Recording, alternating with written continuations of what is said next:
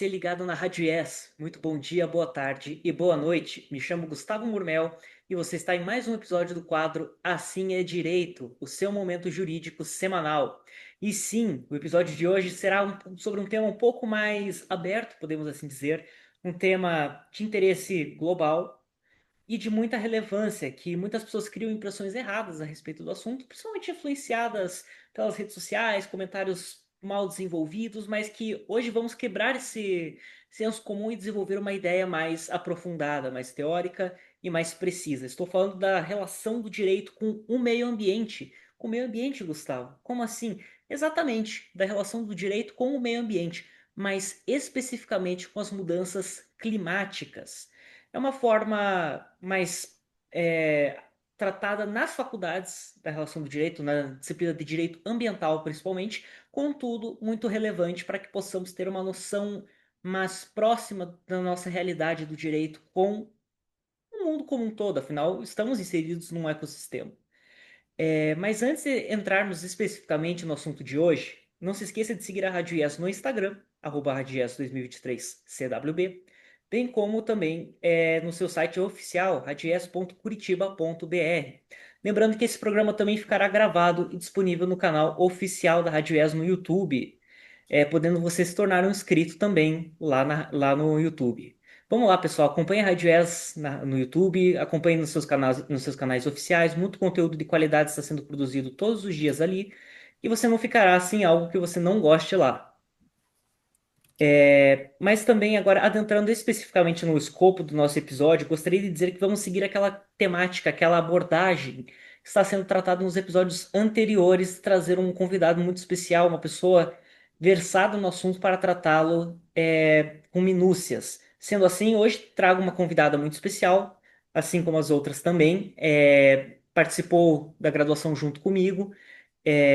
Também ela é formada em Direito pelo Curitiba, pós-graduanda em Direito Ambiental e do Agronegócio pela PUC do Estado do Paraná e mestrando em Direito pela Universidade Federal do Paraná. Passo a palavra para Maria Regina Damasceno. Tudo bem, Maria? Como está? Oi, Gustavo, muito obrigada pela apresentação. É uma honra estar aqui com você nesta noite. E estou à disposição para a gente discutir desse tema que é tão importante para os dias atuais. E me conta um pouco, Maria, então, o que que você trouxe para nós especificamente? Que eu sei que você trouxe todo um estudo, você me mandou aqui uma pesquisa muito bem feita, né? Eu admito que você sempre foi muito talentosa para elaborar tanto roteiros, trabalhos, pesquisas. E traz então para nós aqui uma ideia geral do que você gostaria de abordar nesse episódio de hoje, por favor. Perfeito, Gustavo, muito obrigada. Então, hoje eu trouxe como assunto principal para discutir a COP. E o que significa COP? Primeiro, contextualizando. A sigla significa Conferência das Partes. E é o principal encontro internacional dedicado ao enfrentamento das mudanças climáticas. Ela ocorre desde 1995, então a primeira COP aconteceu em Berlim, na Alemanha, e representantes de quase todos os países do mundo se reúnem anualmente para negociar estratégias e compromissos voltados à redução das emissões de gases do efeito estufa e à preservação do equilíbrio climático do planeta. Mas quando eu falo assim, a COP parece muito apenas negociações diplomáticas entre governos, mas ela vai além disso, porque as negociações, as decisões tomadas nesse espaço, elas têm impactos concretos e abrangentes. Então, elas influenciam legislações nacionais, orientam investimentos públicos e privados, moldam políticas empresariais e até afetam os nossos hábitos no cotidiano. Ou seja, o que é discutido e acordado na COP repercute diretamente na vida cotidiana das pessoas, nos mercados globais e no futuro ambiental do planeta. Então, em poucas palavras, a COP ela é esse encontro que ocorre todos os anos para os países discutirem essas medidas voltadas ao enfrentamento das mudanças climáticas. Então, por exemplo, no ano passado tivemos a COP 29, que aconteceu em Baku, no Azerbaijão. No ano retrasado tivemos a COP 28 em Dubai, Emirados Árabes, e nesse ano teremos a COP 30. A COP30, pelo que você estava me contando um pouco em off também, ela será realizada no Brasil esse ano. E o foco dela também será com muito aspecto principalmente com foco na questão da Amazônia, você tinha comentado também. Você pode desenvolver um pouco para a gente a ideia que vai ser principal tratada nessa COP? Perfeito, Gustavo. Muito obrigada. E é exatamente por isso que eu trouxe esse assunto para a gente discutir hoje. Porque a COP30 ela será realizada nesse ano, especificamente em novembro, e acontecerá no Brasil. Então é um marco muito forte para o Brasil. Ele vem nesse papel de protagonista esse ano. E o mais relevante, que inclusive você mencionou, é que pela primeira vez esse evento global ocorrerá na região amazônica, porque esse evento será sediado em Belém do Pará, trazendo esse símbolo estratégico para o Brasil e para o mundo, porque uma coisa é discutir a Amazônia em Berlim, outra coisa é discutir a Amazônia na Amazônia. Então, esse ano ele promete muitos aspectos, inclusive sobre a proteção da floresta, já que a gente está tratando da Amazônia, um tópico que será muito relevante na discussão é justamente essa conciliação da proteção da floresta com o desenvolvimento sustentável. E um exemplo concreto dessa abordagem é a proposta do Tropical Forest Forever Facility, o TFFF, que é uma iniciativa brasileira. Então, esse já é um outro diferencial, porque esse TFFF foi inaugurado pelo Brasil na COP28. Então, o Brasil trouxe essa ideia na COP28 e, desde então, ele está desenvolvendo com outros países, especificamente outros 11 países, esse projeto, e ele busca criar um fundo global voltado à preservação das florestas tropicais. A ideia é mobilizar recursos financeiros internacionais para apoiar países que mantêm suas florestas em pé, o que pode atrair bilhões de dólares em investimentos e abrir novas oportunidades para empresas comprometidas com a sustentabilidade. Então, aqui é uma quebra de paradigma, porque quando pensamos em preservação florestal, nós não pensamos em rentabilidade. E o TFFF ele vem justamente trazer essa rentabilidade com a floresta em pé, um pagamento que os países tropicais vão receber justamente por preservar as suas florestas. Então, é uma iniciativa muito legal, que inclusive vai ser lançada na COP30. Então, tem uma expectativa muito grande para o que vai acontecer em novembro. Me diz uma coisa, Maria, eu fico pensando também, tendo em vista todo o cenário geopolítico que a gente se encontra, toda a questão logística, toda a questão econômica que o Brasil pode se inserir no cenário é, global, geral, que a gente pode pegar. Você poderia me dizer se Belém poderia estar preparada para recepcionar esse evento de forma geral? Você acha que existem desafios para o Brasil? Acho que tanto como a sua imagem a ser apresentada para o mundo, existem desafios que nós temos que superar para um bom desenvolvimento da COP30? Essa é uma excelente pergunta, porque é justamente esse o desafio que a COP30 trará por ser sediada em Belém. Porque apesar de Belém ter a sua importância histórica, cultural, ele desempenha um papel simbólico no cenário nacional. Apesar disso, a cidade enfrenta obstáculos significativos em termos de infraestrutura. Então, os principais problemas que estão sendo identificados são a escassez de acomodações adequadas. Então, Belém tem uma rede hoteleira limitada para atender um grande volume de visitantes. São aproximadamente 40 mil pessoas que vão ser recepcionadas em Belém, e eles estão enfrentando esses problemas de acomodação mesmo. Inclusive, chegaram a ser discutidas que certas pessoas, certos representantes de estados, ficarão em Manaus e viajarão de Manaus até Belém todos os dias para conseguir participar da conferência, justamente pela escassez dessas acomodações. Outras soluções também que estão sendo identificadas são cruzeiros. Então, muitas pessoas ficarão em cruzeiros para conseguir acompanhar a COP30. Um outro problema também é o transporte público, porque ele é pouco integrado, que dificulta a mobilidade urbana, também tem deficiência no saneamento básico e até mesmo a instabilidade no serviço de internet, o que é um fator essencial para a comunicação e para a realização de eventos de grande porte.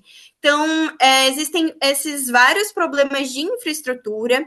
O governo está se mobilizando para implementar essas melhorias emergenciais necessárias, só que a realidade é que será necessário um esforço coordenado e de grande escala mesmo, envolvendo investimentos públicos e privados, para que Belém esteja preparada para receber com qualidade e segurança milhares de pessoas que vão vir de diversas partes do mundo, né? Milhares de pessoas. Eu acho interessante essa colocação que você traz, porque é uma dúvida que muitos dos ouvintes podem ter. Esses eventos, eu vou até abrir um parênteses para além dos eventos climáticos, onde a gente já retorna para eles. Por exemplo, o Fórum Econômico Mundial, eventos como a Rio 92, a Rio Mais 20, nós tivemos. Todos esses eventos, assim, eles pode-se dizer que eles teriam uma restrição apenas aos chefes de Estado, por exemplo, as COPs, elas sempre se restringiram a chefes de Estado, ou, por exemplo, pessoas do povo podem participar também? Isso é uma coisa que eu queria muito perguntar. É uma ótima pergunta, porque realmente existe esse senso comum de que essas conferências internacionais são apenas voltadas aos chefes de Estado. Mas é muito pelo contrário, porque a população pode sim participar, é inclusive incentivado essa participação da sociedade civil. Então, assim, na COP especificamente, apesar do centro das atenções ser essa discussão entre os representantes dos governos, porque eles firmarão acordos climáticos, como foi o Acordo de Paris, o Protocolo de Quioto, então, diversos outros instrumentos que foram firmados nos últimos anos, nessas conferências mencionadas por você. Então, a Rio 92 foi um grande evento que aconteceu. Então, apesar do foco ser essas negociações oficiais, tem espaço também para a sociedade civil. E um exemplo disso é a Cúpula dos Povos, que é um espaço aberto que vai recepcionar ONGs, movimentos sociais, povos indígenas, comunidades quilombolas, ativistas, pesquisadores. Então, esses grupos, eles têm essa oportunidade de apresentar propostas, compartilhar experiências, promover debates em torno da justiça climática e dos direitos socioambientais. São eventos paralelos que acontecem no mesmo ambiente ali da COP30 e proporcionam essa interação. Além disso, você que está nos assistindo também pode acompanhar a COP30 a partir das transmissões online que vão acontecer. Então, as discussões elas serão transmitidas ao vivo por plataformas digitais, canais de televisão e pela mídia oficial também do evento. E vai ser possível acompanhar pelas redes sociais e por canais de comunicação do governo federal. Então, é um evento super acessível, não precisa estar em Belém para acompanhar a COP30. Então, de qualquer lugar do país e até do mundo é possível acompanhar os debates que acontecerão e, inclusive, propor também medidas do que será discutido na COP. Isso é bom porque muitos dos nossos ouvintes pegam essa questão e não sabem exatamente como, né, acompanhar, né? Ficam na expectativa apenas dos noticiários, às vezes pegam um comentário parcial e continuam aquele senso comum a respeito do assunto nesse ciclo vicioso, né? Outra dúvida que eu Sim. fico a respeito do assunto é, em termos de uma projeção, o que que a gente pode esperar a respeito da COP30? O que que pode ser feito com uma perspectiva com base no que já foi tratado nas outras COPs? O que a gente pode extrair de uma possível projeção a respeito desse assunto?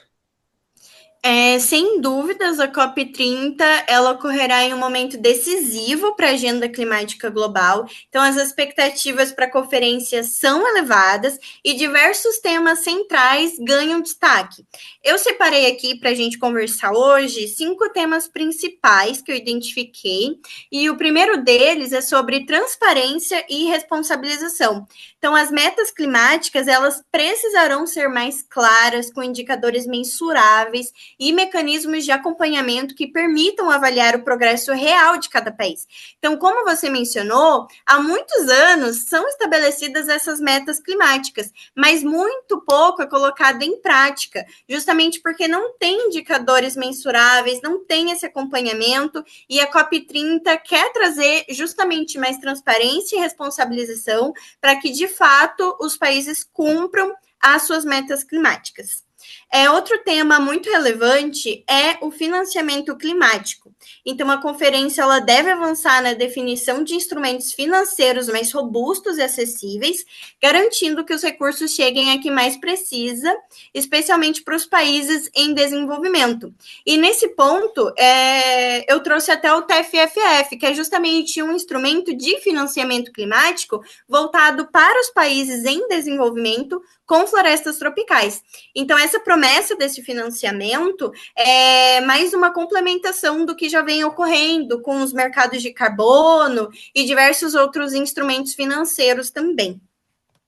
Um outro tópico relevante da COP30 é a transição energética justa. Todos os anos são tratadas sobre a transição energética, é um tema muito delicado, porque muitos países dependem dos combustíveis fósseis para a geração de energia, então é um tema sempre que tem muita discussão, pouca unanimidade sobre o assunto, mas a promessa é que a descarbonização da economia deve ocorrer de forma inclusiva, promovendo empregos verdes, justiça social e oportunidades para as populações historicamente marginalizadas. Então, é uma promessa, porque é muito difícil os países chegarem a um acordo sobre a transição energética, mas todos os anos tenta trazer essa pauta.